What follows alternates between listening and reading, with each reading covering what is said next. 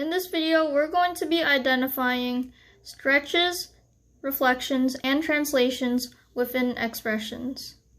So, we're going to be focusing on question 27J. As you can see, the question is 1 minus 2f at x minus 1 over 2. We need to identify the reflections, translations, and stretches in this graph. So as you can see, the regular f at x is this graph right here, which I've jotted down right here. So I'm going to write down the equation 1 minus 2f at x minus 1 over 2. Alright, so f at x, what changes have been made? So first you need to look at the brackets. You always have to do brackets first. And you always have to do stretches first. So x minus 1 over 2. This signifies, divide by 2 means a horizontal stretch by a factor of 2. So we're going to be stretching this function or graph by a factor of 2. Make sure you use different colors for each translation. So stretch means horizontally you multiplied the x value by 2. So instead of 1, 1, it's now 2, 1. So 2, 1. This is 2, 0, so now it's 4, 0.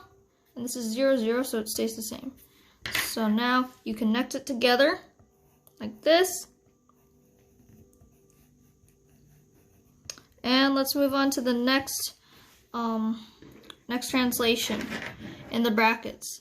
Here it says x minus 1, which means you have to move the graph 1 unit to the right. Anything inside the brackets is opposite to what it says.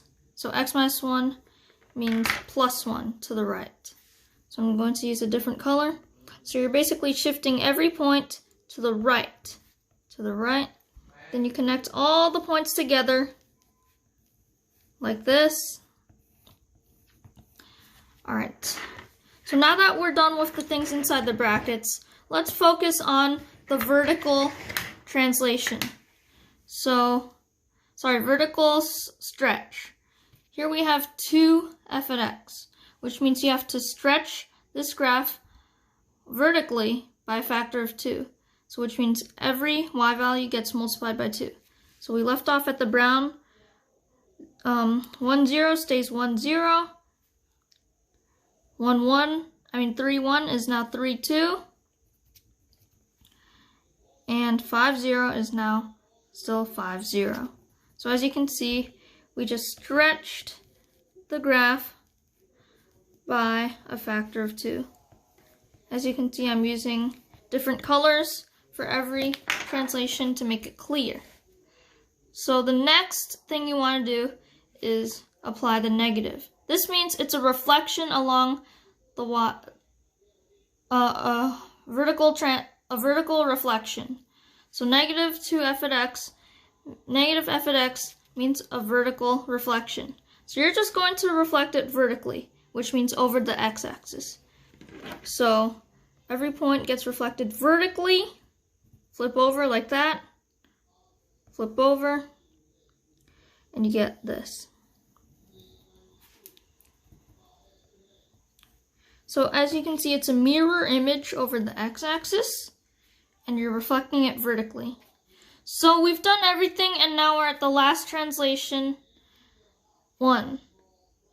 So this means 1, so 1 just means plus 1. Imagine the 1 was brought over, it would just be plus 1. So this would be a vertical translation 1 unit up. So you want to bring it 1 unit up. So every point, bring it 1 unit up. Use different colors. Bring this 1 unit up, bring this 1 unit up, and join the points. Like this.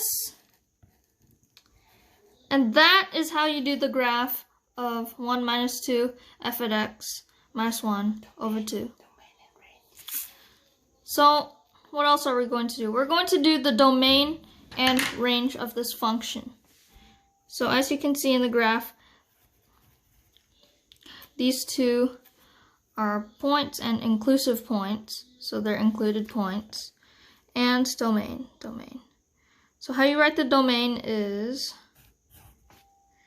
d at f for domain, f for function, equals, and then you want to sketch and you want to draw out the maximum and minimum. So this includes the least x value of this graph right here is 1.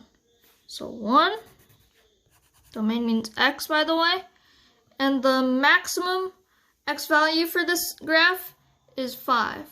So 1, 5. The reason why I'm not using curved parentheses is because this includes the points. If they were holes and these points didn't exist, I would be using inclusive brackets.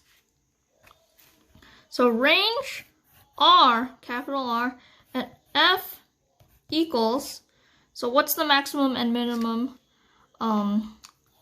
y values for this graph? Well, as you can see, the minimum is right here, which is -1 for the y value, so I'm going to put that -1, and the maximum is here and here, which are both 1. So -1, 1. And these are both included points in this graph. And that is how you do the domain and range, and you read it by saying the domain is x is a real number, x is between 1 and 5, and range is y is a real number, y is between -1 and 1.